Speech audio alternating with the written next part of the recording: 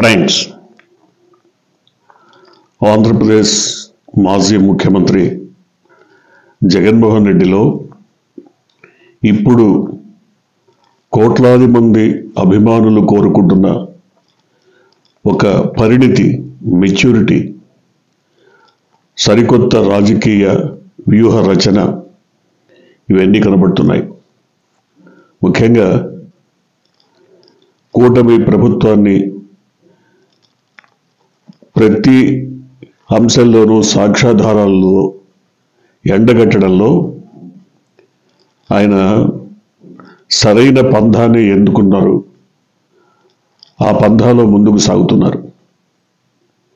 ముఖ్యంగా అనేక మంది కోరుకున్నట్టుగా కూటమి చెబుతున్న అబద్ధాలను, అరాచక రాజకీయాలను ప్రజల ముందు ఆవిష్కరించడంలో ఆయన ఖచ్చితంగా ఒక నూతన పంథాలో ముందుకు సాగడం ఆహ్వానించదగ్గ విషయం. ముఖ్యంగా ఇంతకాలం ఈ రకమైనటువంటి రాజకీయ అంశాలను లేవనెత్తే విషయంలో ఈ రకమైన చొరవ చూపించలేకపోవడం వల్ల జగన్మోహన్ రెడ్డి ఎంతో నష్టపోయారు. దాదాపు 5 ఏళ్ల కాలం ఆయన తన గృహానికే పరిమితమై కొంతమంది పోలీస్ అధికారుల సలహాలు, సూచనల వల్ల కానీ, లేదా ఇతరత్ర కొందరు ఇచ్చినటువంటి తప్పుడు సలహాల వల్ల కానీ ఆయన ప్రజల్లోకి తన సందేశాన్ని పంపించలేకపోవడం వల్ల చాలా అనర్థాలు జరిగాయి. చాలా అపకీర్తి మూట కట్టుకున్నారు.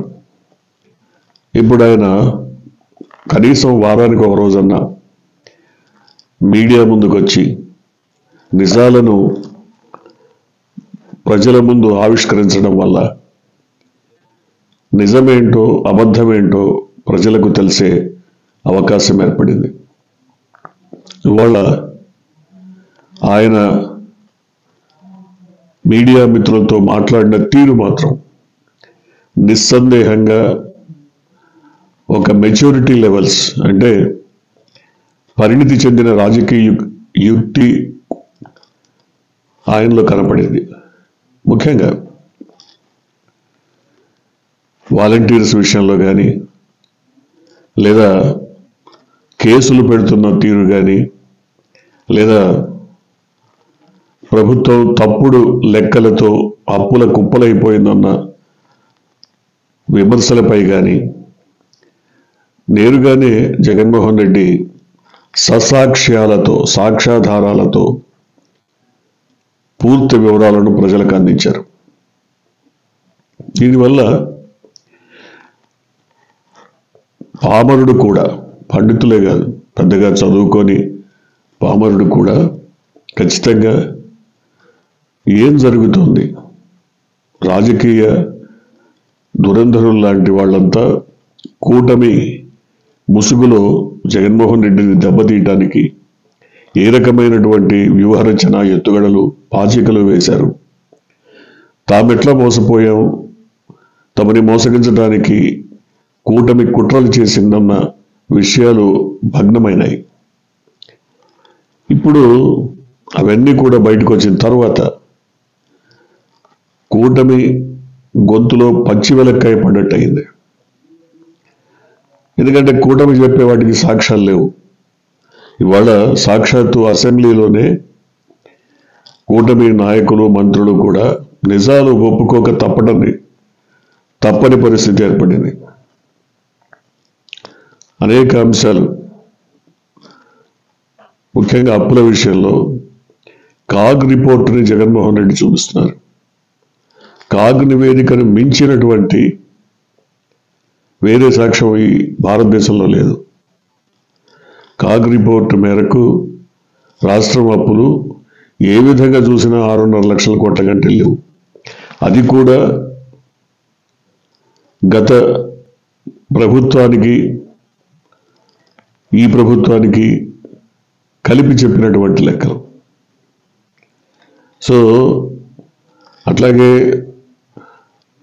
గత ప్రభుత్వం నుంచి ఈ ప్రభుత్వానికి పద్దుల రూపేణా వచ్చిన చెల్లింపులు బకాయిల్ని కూడా అప్పుల్లో చేర్చి చెప్పినా కూడా 7-8 లక్షల కంటే 7-8 లక్షల కోట్ల కంటే ఎక్కడా కనబడలేదు.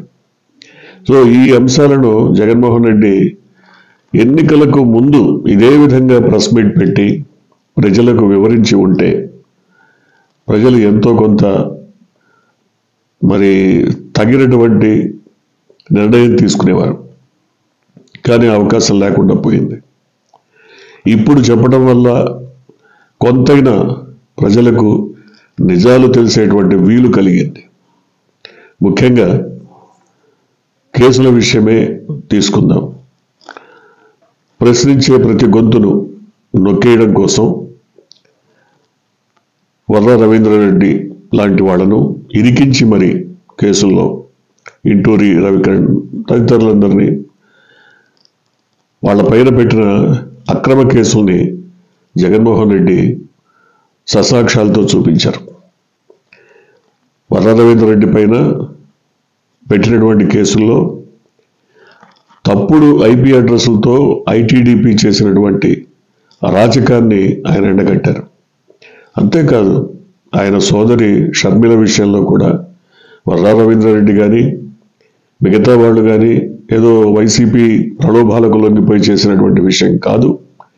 గతంలో ఆవిడే మాట్లాడినటువంటి అంశాలను కూడా ప్రస్తావించి మరి ఐటీడీపీ పేరుతో బాలకృష్ణ భవనం నుంచి జరిగినటువంటి అరాచకాలనాన్ని ససాక్ష్యాలతో చూపించారు. ఇక్కడే ఈ సాక్ష్యాధారాలతో చూపించవటం వల్లనే జగన్మోహన్ రెడ్డి క్రెడిబిలిటీ పెరుగుతోంది. ఉదాహరణకి వైసీపీ పాలనకు అనుగుణంగా రామ్ గోపాల్ వర్మ లాంటి వాళ్ళు సినిమా తీస్తే ఇవాళ ఆయన మీద కేసు పెట్టారు. కానీ ఒక నీచమైనటువంటి విమర్శలతో కుసంస్కారంతో తీసిన వివేకం సినిమా థియేటర్లోకి రాకుండా మరి సోషల్ మీడియాలో అంటే యూట్యూబ్లో రిలీజ్ చేసి ఎంతగా వైసీపీని డ్యామేజ్ చేయాలని చూశారో ప్రజలందరికీ తెలిసింది. మరి దాని మీద ఎందుకు కేసు పెట్టలేదు? రామ్ గోపాల్ వర్మకి సెన్సార్ సర్టిఫికెట్ ఉంది. సెన్సార్ సర్టిఫికెట్తో ఆ సినిమాని రిలీజ్ చేశారు. మరి వివేకం సినిమాకి ఏ సర్టిఫికెట్ లేదు, దాన్ని యూట్యూబ్లో రిలీజ్ చేశారు. మరి అలాంటి దుర్మార్గకరమైన సినిమా మీద దర్శకుడి మీద ఎందుకు కేసు పెట్టలేదు? అది సాక్షాత్తు తెలుగుదేశం స్పాన్సర్ చేసిన సినిమా అని ప్రతి ఒక్కళ్ళకి తెలుసు. ఇలాంటివే అనేక అంశాలను ఆయన ప్రజల ముందుకు తీసుకొచ్చారు. వాలంటీర్స్ విషయం కూడా జగన్మోహన్ రెడ్డి ప్రస్తావించారు.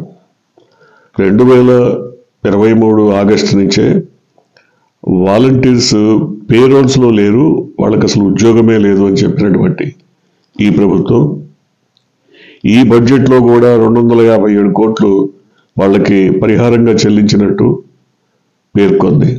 ఉద్యోగంలో లేని వాళ్ళకి పరిహారం ఎందుకు ఇస్తారు? వాళ్ళని వంచి మోసం చేసి దాదాపు నెలకి 10,000 మీకు పారితోషికం ఇస్తామని మోసం చేసి ఇవాళ వాళ్ళకి ఉద్యోగాలు లేవని దాదాపు 2,60,000 మందిని రోడ్డున పడేశారు. ఒకరు ఇద్దరు కాదు. కాబట్టి వాళ్ళ ఉసురు తగలడం అలా ఉంచి వాళ్ళు ఎంతో కొంత ప్రభావితం చేయగలరు రేపు ఎన్నికల నాటికి అనేది మరి కూటమి గుర్తించాల్సినటువంటి అవసరం ఉంది. అంతేకాదు దాదాపు ఎంఎస్ఎంఈల ద్వారా 2014 నుంచి 2019 వరకు దాదాపు ఒక 5.5-6 లక్షల ఉద్యోగాలు అప్పటి ప్రభుత్వం ఇస్తే జగన్మోహన్ రెడ్డి ప్రభుత్వం 32 లక్షల ఉద్యోగాలు కల్పించగలిగింది. ఏ రకంగా చూసిన అభివృద్ధి కూడా వాళ్ళు ఏ రకంగా చేశారు, వీళ్ళు ఏ విధంగా చూపించారు. ఎక్కడ పొంతల లేనటువంటి అంశాలను ప్రజల్లోకి తీసుకెళ్ళి అబద్ధాలతో, పూర్తిగా అబద్ధాలతో, అసత్యాలతో ప్రజల్ని వంచి మోసం చేసి కూటమి అధికారంలోకి వచ్చింది. దీన్ని సాక్ష్యాలతో సహా జగన్మోహన్ రెడ్డి ఇప్పటికైనా ప్రజల ముందుకు రావడం వల్ల ఖచ్చితంగా ఎంతో కొంత ప్రయోజనం ఉండే అవకాశం ఉంది. ఇప్పుడు కూటమి నాయకులు హామీలను నిలబెట్టుకోలేక జగన్మోహన్ రెడ్డి పైనే తమ వైఫల్యాలను మోపుతున్నారు. ఇప్పుడు కొత్తగా పన్నుల భారం, టోల్ గేట్లు, గ్రామాల్లో కూడా టోల్ గేట్లు. అంటే జాతీయ రహదారులపైన గతంలో టోల్ గేట్లు ఉండటం అందరికీ తెలుసు. కానీ ఇప్పుడు గ్రామాల్లో కూడా టోల్ గేట్లు ఏర్పాటు చేస్తున్నారు. ఈ ఊరి నుంచి పక్క ఊరికి వెళ్ళాలంటే టోల్ గేట్, ఆ ఊరి నుంచి ఈ ఊరికి రావాలంటే టోల్ గేట్. అంటే ప్రజలకి ఈ రకమైన శాస్తి జరగాల్సిందే అనేది కొంతమంది భావన. కానీ ప్రజలు ఆశపడ్డారు, మోసపోయారు. కూటమి ప్రభుత్వం అధికారంలోకి వస్తే ప్రతి మహిళకు నెలకు 1500, సంవత్సరానికి దాదాపు 18-20 వేలు వస్తాయని వాళ్ళ భావన. కానీ ఇప్పటికీ 6 నెలల నుంచి రూపాయి కూడా ఇవ్వలేదు. అట్లాగే అమ్మఒడి కంటే ఎక్కువగా, అమ్మఒడి ఇంట్లో ఒక పిల్లడికి ఇస్తే ఇంట్లో ఉన్న పిల్లలందరికీ ఇస్తామని కూటమి ప్రభుత్వం వాగ్దానం చేసింది. కనీసం ఒక్క పిల్లాడికైనా ఒక విద్యార్థి చదువుకోవడానికైనా ఈ ప్రభుత్వం సహాయం చేయటం లేదు. ప్రతి అంశంలోనూ రైతులకు రైతు భరోసా తీసేశారు. వాళ్ళకి 20,000 ఇస్తామన్నారు, ఇవ్వలేదు. అంతేకాదు ఆరోగ్యశ్రీని కూడా ఎంతగా నీరు కార్చారో జగన్మోహన్ రెడ్డి చెప్పారు. ఆరోగ్యశ్రీ ద్వారా దాదాపు 2,500 రకాల జబ్బులను 25 లక్షల రూపాయల వరకు ఉచితంగా చేసే సౌకర్యాన్ని కల్పించారు. ఇప్పుడు ఏదో ఎన్టీఆర్ ఆరోగ్య భరోసా లేదా ఎన్టీఆర్ ఆరోగ్య స్కీమ్ అనేది ఏదో పెట్టారు.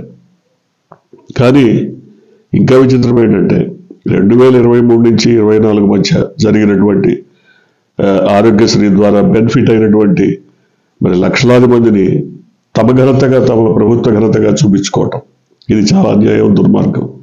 దీన్ని కూడా జగన్మోహన్ రెడ్డి ఎండగట్టారు. అంటే ఇప్పుడు ఈ రకమైనటువంటి ప్రయత్నం చేయడం వల్ల, జగన్మోహన్ రెడ్డి నిజాలను వెలికితీసి ప్రజల ముందు ఉంచడం వల్ల ఖచ్చితంగా ప్రజల ఆలోచన ధోరణిలో, ప్రజల మస్తిష్కంలో ఖచ్చితంగా నిజాలు నిక్షిప్తమయ్యేటువంటి అవకాశం ఉంది.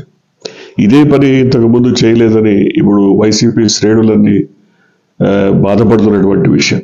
అయితే కేవలం జగన్మోహన్ రెడ్డి బయటకు వచ్చి పూనుకొని ఆయన మాత్రమే ఈ నిజాలను వెల్లడిస్తూ ప్రజల్లోకి వెళ్తే కొంత మేరకు మార్పు ఉండొచ్చు. కానీ దాదాపుగా ఆయన పార్టీ పక్షాన పోటీ చేసిన అందరూ కూడా తమ స్థాయిల్లో, జిల్లా స్థాయిల్లో ఇదే రకమైనటువంటి మీడియా సమావేశాలు ఏర్పాటు చేసి తమ నియోజకవర్గాల పరిధిలో తామేం చేశామో చెప్పాలి. ప్రభుత్వ పరంగా రాష్ట్ర స్థాయిలో ఏ అభివృద్ధి కార్యక్రమాలు జరిగాయో చెప్పాలి. అంతేకాకుండా ప్రజల కోసం చేసిన ప్రతి సంక్షేమ కార్యక్రమాన్ని ప్రజల్లోకి తీసుకెళ్లాల్సినటువంటి అవసరం ఇప్పుడు ఏర్పడింది. తద్వారా కూటమి ప్రభుత్వాన్ని ఎంతో కొంత ఇరుకున పెట్టే అవకాశం వాళ్లకు ఇప్పుడు వచ్చింది.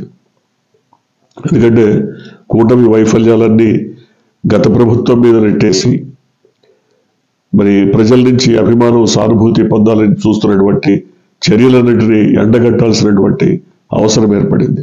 ఖచ్చితంగా ఇవాళ జగన్మోహన్ రెడ్డి దాదాపుగా కూటమి ప్రభుత్వాన్ని ఉతికారేసినట్టుగానే చెప్తున్నారు. ఇలాంటి ఒక డైనమిక్ ప్రెస్ మీట్ మరి మునుముందు మరికొన్ని జరగబోతున్నాయి. ఎందుకంటే ఆయన అసెంబ్లీకి వెళ్ళడం లేదు.